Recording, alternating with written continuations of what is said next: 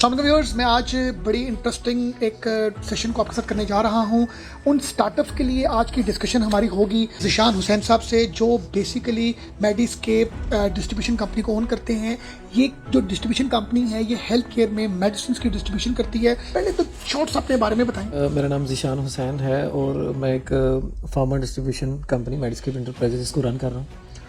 और इसमें सर मेरे पास लोकल और मल्टीनेशनल मिक्सचर है। तो मुझे एडवाइस करें कि मुझे डिस्ट्रीब्यूशन सेटअप बनाने के लिए किन किन पैरामीटर्स की ज़रूरत है, गवर्नमेंट ऑफ पाकिस्तान की किन तरह की रेगुलेशंस को मैंने मीट करना है, पहले इस पॉइंट के ऊपर थोड़ा गाइड करें। सर इसमें जो गवर्नमेंट ने है वो ऑनलाइन भी इनकी CDC की वेबसाइट है, वो आपको पूरा एक फॉर्म देंगे, गाइडलाइन देंगे, उनकी वेबसाइट है, उनको विज़िट करें।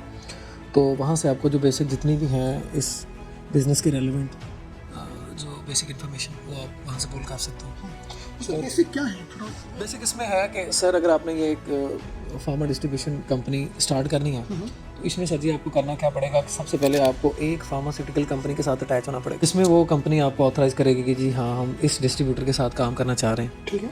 फिर उस लेटर के साथ आप एक एप्लीकेशन जो है वो फाइल करेंगे वहाँ पे CDC ऑफिस में, जहाँ पे आपको वो ऑनलाइन एक पोर्टल क्रेडेंशियल के साथ देंगे कि यहाँ पे लॉगिन करके तो आप अपनी जितनी भी इन्फॉर्मेशन है, ऑफिस की लोकेशन है, डॉक्यूमेंट्स हैं, इस तरह की जितनी चीज़ें वो पुल करेंगे।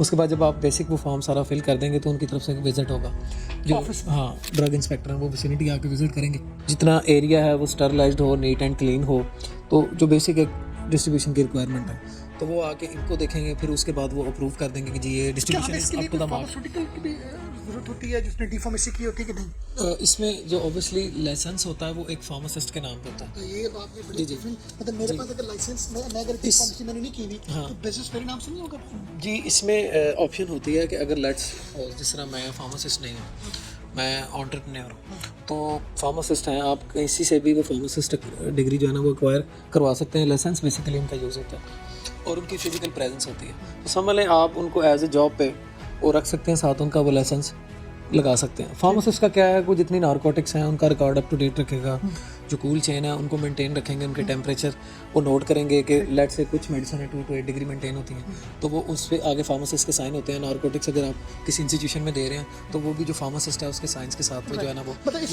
बिजनेस को शुरू करने के लिए हमें मतलब प्रॉपर उसमें जो आपका वो एग्रीमेंट होगा उसमें बताया जाएगा कि इसमें प्रोप्राइटर ज़ीशान हुसैन है, वो जो उनके फार्मासिस्ट हैं वो XYZ कोई भी है। अच्छा, अब मुझे बताएं कि ये 2 काम हमारे हो गए जी। तीसरा काम बताएं कि हमें बीइंग एज ए स्टार्टअप हमें जब इस बिजनेस की डिस्ट्रीब्यूशन में आना है तो मल्टीनेशनल जो कंपनी है उनकी मेडिसिन की लेने की कोशिश करेंगे डिस्ट्रीब्यूशन या लोकल कंपनीज की, और अगर मल्टीनेशनल की करेंगे तो वो हमें क्यों फैसिलिटेट करेंगे जी। तो इसमें जो सबसे बड़ा चैलेंज ये आएगा कि मल्टीनेशनल कंपनीज के डिस्ट्रीब्यूशन ईजिली नहीं मिलती, और अगर मिल भी जाए तो उसके ऑब्वियसली कुछ पॉइंट्स के लिए आपको मिलेगी जैसे हम कर रहे हैं। तो हमें भी उन्होंने कोई पाकिस्तान पूरा नहीं दिया हुआ, कुछ रीजन्स हैं, कुछ स्पेसिफिक हॉस्पिटल्स हैं जहाँ पे उनका जो है बिज़नेस कम था, और वहाँ पे हमने अपनी एक्सपर्टीज़ को यूज़ किया और इंश्योर करवाया कि जितना है वो मल्टीनेशनल ग्रुप्स जहाँ पे उनका बिज़नेस नहीं हो रहा था वहाँ पे उनको हमने अलाइन किया हॉस्पिटल के साथ और उनकी सेल्स को बूस्ट किया।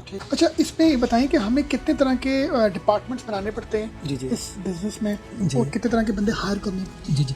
इसमें अगर आपके पास 3 to 5 अगर अच्छे जो इस इंडस्ट्री से रेलिवेंट लोग मिल जाएं तो आपका एक स्टार्टअप बिजनेस जो है ना वो स्टार्ट हो सकता है, जिसमें अगर कुछ कंपनीज उनका जो है डिस्ट्रीब्यूशन सेटअप का इस तरह का होता है सीन के वो आपको कहते हैं कि जी सेल्स कंपनी कर रही है, आपने उनका सप्लाई चेन मेंटेन करना है कि अगर वो कहीं पे भी कह रहे हैं आपने टाइमली सप्लाईज करना है तो वो तो काम स्टार्टअप्स के लिए बड़ा इजी होता है। It's all about agreement, terms and condition के आप क्या अपनी प्रिंसिपल कंपनी के साथ सेटलमेंट करते हैं। अगर आप इस तरह की टर्म्स एंड कंडीशन सेटल करते हैं कि ठीक है जी जितना हम आपसे स्टॉक्स खरीद रहे हैं इनको खुद मार्केट करेंगे, तो वो it's then up to you कि आपने उसके लिए एक छोटी सी मार्केटिंग टीम रखनी है जो कि इनिशियली आपने उसमें एक डिफाइन करना बेसिकली अपनी बाउंड्रीज़ को कि हमारी क्या स्ट्रेंथ्स हैं, हमारा क्या बजट है और इसके अंदर रह के हम कितने इंस्टीट्यूशंस को ऑन कर सकते हैं और कहाँ पे अपनी मार्केटिंग स्टार्ट। देखिए लाहौर इतनी बड़ी मार्केट है कि अगर हाँ कि एक हॉस्पिटल लेट्स सपोज आप मैं कहता हूँ कि आपने शेख ज़ैद में बिज़नेस करना है ना,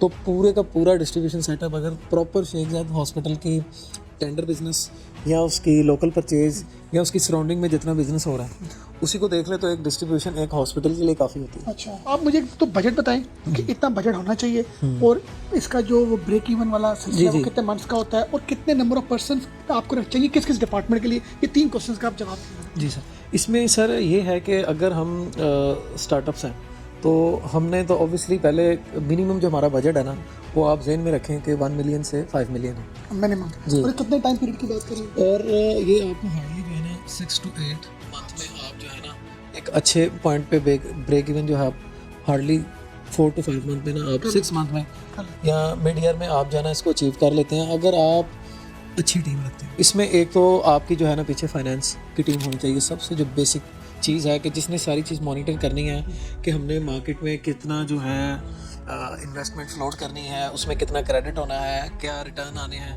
तो बेसिकली जो बेसिक आपकी फाइनेंस टीम वो तगड़ी होनी चाहिए। एक आधा बंदा फाइनेंस करना चाहिए जी। दूसरा जो है आपने सप्लाई चेन को मेंटेन करना है। तीसरा आपने कोई एमरजेंसी सप्लाईज हैं, आपका कोई इस तरह का पोर्टफोलियो है जिसमें आपको एमरजेंसी उसको काउंटर करने के लिए। और जो चौथा है ना ओवरऑल इन सारी टीम्स को मैनेज करने के लिए कि सारी जो आपकी टीम है, एक मार्केटिंग टीम है, एक आपकी प्रमोशन टीम है, फाइनेंस टीम है, ये सारी जो है ना एक दूसरे के साथ इंटैक्ट हैं और क्लोजली कोऑर्डिनेशन में काम हो रहा है। क्योंकि सम टाइम ऐसा होता है कि जब आप स्टार्ट करते हैं तो आहिस्ता आहिस्ता आपकी मार्केटिंग जब शुरू होती है, नंबर ऑफ क्लाइंट्स बढ़ते हैं तो आपको ऑर्डर आने शुरू हो जाते हैं, तो आपने अपनी बैलेंस ऑफ पेमेंट को भी बराबर रखना है कि सम टाइम ऐसा होता है कि ऑर्डर्स बहुत ज़्यादा होते हैं और आपके पास बजट नहीं होता उसको काउंटर करने के लिए। तो ये सारी जो है ना प्लानिंग वो फाइनेंस से शुरू होनी है। ठीक है, मुझे बताएं कि इसमें हमें सेल्स के भी बंदे चाहिए होते हैं? जी ऑब्वियसली, अगर मैंने वही बताया ना इसमें 2 किस्म के मॉडल हैं। जो 90% मॉडल जो डिस्ट्रीब्यूटर्स हैं वो यही हैं कि कंपनीज खुद उनको सेल्स देती हैं कि जी ये फलां हॉस्पिटल में आज हमारी इतनी सप्लाई कर दें, इतनी कर दें, कितनी कर दें। बेसिक उसमें जो फाइनेंस कर रहा होता है डिस्ट्रीब्यूटर, ज़ाहिर है वो हॉस्पिटल में सप्लाई करता है, महीने की पेमेंट उसको उसके महीने के बाद चेक मिलता है, 2 महीने के बाद मिलती है, तो वो सारी चीज़ें डिस्ट्रीब्यूटर कर रहा होता है और उसको एक सर्टन जो है ना कंपनी डिस्ट्रीब्यूशन मार्जिन दे रही होती है कि सिंस के ये एडवांस कैश पे लेके आगे मार्केट में क्रेडिट भी कर रहा है, कैश सेल्स भी कर रहा है, तो इसने भी अपना जो है ना वो साइकिल मेंटेन रखना है, तो उनको एक मार्जिन दिया जाता है। तो ये 2 मॉडल हैं, या तो आप खुद सेल्स कर लें, अगर आप खुद सेल्स करते हैं तो उसमें हमेशा प्रॉफिट ज़्यादा रहता है। जो फार्मास्यूटिकल कंपनी सेल्स करती है और हम सिर्फ डिस्ट्रीब्यूशन की सप्लाई चेन को देखते हैं तो उसमें एक नॉर्मल जो वो मतलब मार्जिन है प्रॉफिट के कितने होते हैं? बड़ा अगर आप अच्छे तरीके से काम करें, चीज़ों को मैनेज करके चलें तो मैक्सिमम 10% है। 10% इज़ अ मैक्सिमम प्रॉफिट जो आप जो है ना अर्न कर रहे होते हैं। अच्छा, मुझे बताइए, मैंने एज ए डिस्ट्रीब्यूशन एक अपनी कंपनी बना ली, मैंने बंदे रख लिए, मुझे काम मिलना भी शुरू हो गया। अब मेरे पास जो मेडिसिन पड़ी है मेरे डिस्ट्रीब्यूशन ऑफिस में, अब उनकी एक्सपायरी अगर हो रही है या होने लगी है तो फिर क्या वो सारे डैमेजेस मुझे नहीं है डिस्ट्रीब्यूटर डील करने पड़ेंगे या मैं कंपनी को भिजवा दूँ? इसमें company to company policies vary करती हैं, लेकिन नॉर्मली कंपनी वो लिफ्ट बैक कर लेती है, लेकिन मोस्ट ऑफ द केसेस में वो आप ही की जो है ना वो प्रोडक्ट होती है, आप ही की लाइबिलिटी है उसको टाइमली कंज्यूम करवाना, क्योंकि इसमें तकरीबन जो शेल्फ लाइफ होती है वो 1.5 ईयर से 2 ईयर की होती है मोस्टली इंजेक्टेबल्स की। तो उसमें कोशिश जो है एक कंसेप्ट होता है स्मार्ट परचेज।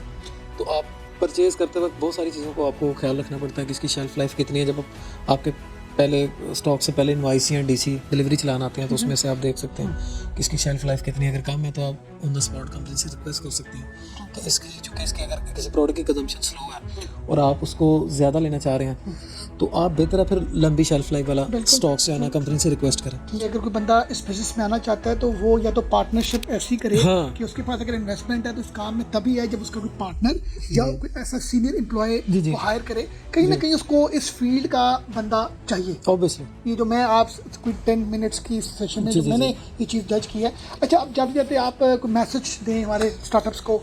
देखें, स्टार्टअप्स के लिए बड़ा एक जो है ना वो मेरा हमेशा से रहा एक मैसेज कि हम जो है ना कभी भी कोई काम शुरू करना हो ना तो हम बहुत ज़्यादा ना कंसल्टेशन लोगों से करते हैं, मशवरा। हाँ, मशवरा बहुत ज़्यादा जब मशवरे करते हैं ना तो वो काम हो जाता है ख़राब। ठीक है। बहुत सारे लोग हैं जो आपको मोटिवेट करेंगे और ज़्यादा लोग जो है ना वो आपको डिमोटिवेट कर रहे हैं कि इकोनॉमी की सिचुएशन बहुत ख़राब है, ऐसे हो रहा है, वैसे हो रहा है, डूब जाएंगे, आप बाहर चले जाएं। ठीक है, तो इसमें यह है कि अगर आप एक्सपर्ट हैं और आप में कॉन्फिडेंस है और आप एक ऐसी फील्ड को शुरू करना चाह रहे हैं जिसकी बेसिक नो हो भी आपके पास है, तो आई गेस मेरा उन सब स्टार्टअप्स के लिए मशवरा यही है तो वो हमेशा ये स्टेप्स ही हैं। जो मैं आज के सेशन में कुछ समझा हूँ चीज़ें आपसे, जी जी वो ये कि हेल्थ केयर इंडस्ट्री में इतना स्कोप है जी कि जब बच्चा दुनिया में आता है जी और जब वो बुजुर्ग बन के दुनिया से जाता चला है, जाता है। इस सारी जो एक स्पैम में हर टाइम पर मेडिसिन की रिक्वायरमेंट बनती रहती है। चलिए जी, बहुत शुक्रिया, आपने अच्छे गाइड किया स्टार्टअप्स के लिए। Thank you very much, मैं sir. उम्मीद करता हूँ कि ये जो सेशन है एक अच्छा जिसमें लेसन हो लोगों के लिए, लोग स्टार्ट करें, कोई ना कोई इनिशिएटिव लें ताकि वो अपने लिए भी फ़ायदा कर सकें और अपने इस मुल्क के लिए भी कोई जी, जी, बिल्कुल। का सबब बन सके। जी बहुत शुक्रिया, थैंक यू वेरी मच।